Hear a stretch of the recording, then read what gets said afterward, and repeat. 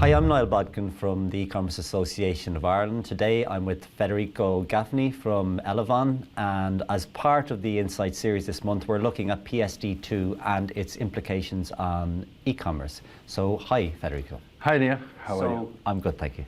So what is the mechanism to apply strong customer authentication in an e-commerce scenario?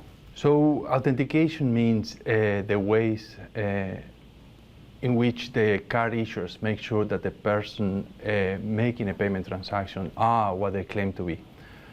So a strong customer authentication means an additional security to that authentication that the issuer's bank will have to undertake come the regulation.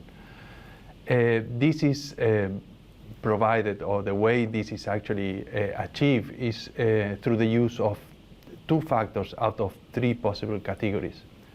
These categories are knowledge, something that the payment service user only knows; possession, something that the payment service user has; or inherence, something that the payment service user actually is. So in inherence we have things like, for example, fingerprints, voice recognition, face recognition. In possession it could be a mobile phone, it could be a device, a token. And in knowledge we have things like a PIN, a password, and so on. And what are the benefits of applying this strong customer authentication for e-commerce merchants? It's a really good question. We have seen the benefits of applying strong customer authentication on the card presence space in the last few years. So in the card presence space, we have implemented, the ecosystem has implemented what is called chip and PIN technology, which is basically two-factor authentication. It's something that you have, which is your card, or the chip in your card, and something that you know, which is your PIN. That's two-factor authentication.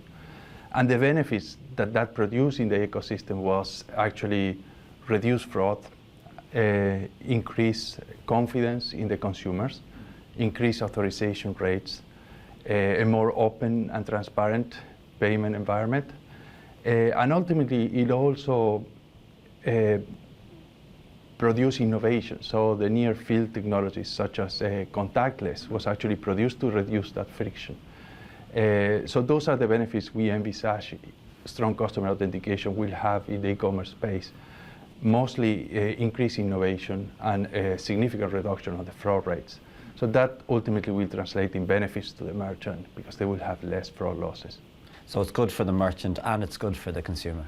It's good for the merchant, it's good for the consumers, it's good for the ecosystem, and it's good for e-commerce.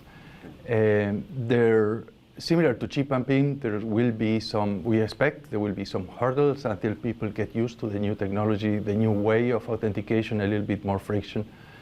But there will be innovation that will take away that additional friction and make, a more safe and secure payment space. So how and when would a merchant make these changes? The merchant doesn't need to be concerned with what two factors the card issuers will use to authenticate these customers.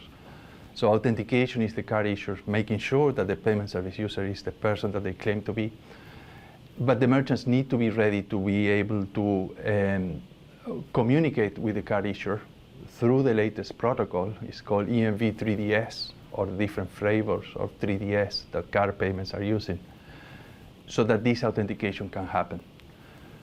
So today merchants actually authenticate about 25% to 30% of all the e-commerce transactions, and they don't authenticate the rest. So authentication today is kind of the exemption.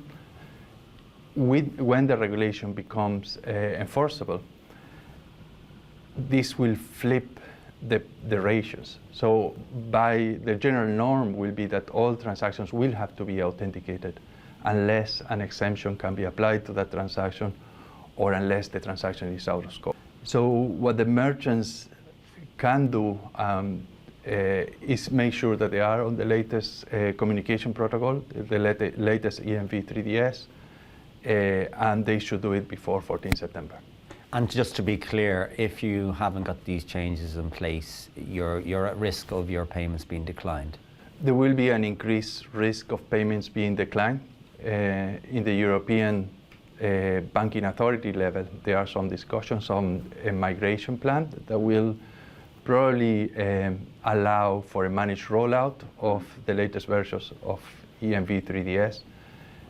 However, the law is not changing, and by 14th of September, ideal scenario, you should be good and ready to go to avoid the risk of declines.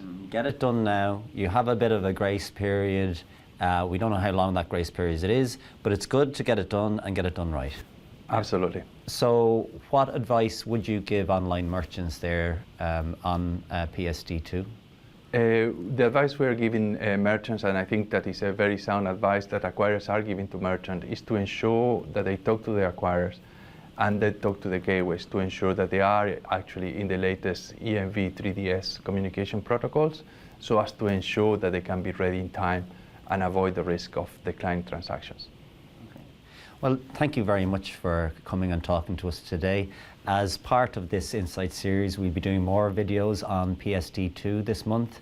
They're available on the ECAI website and now on YouTube. So if you're watching, like and follow, and we'll have more great content for you in the future. Thank you. Thanks for having us. Thank you.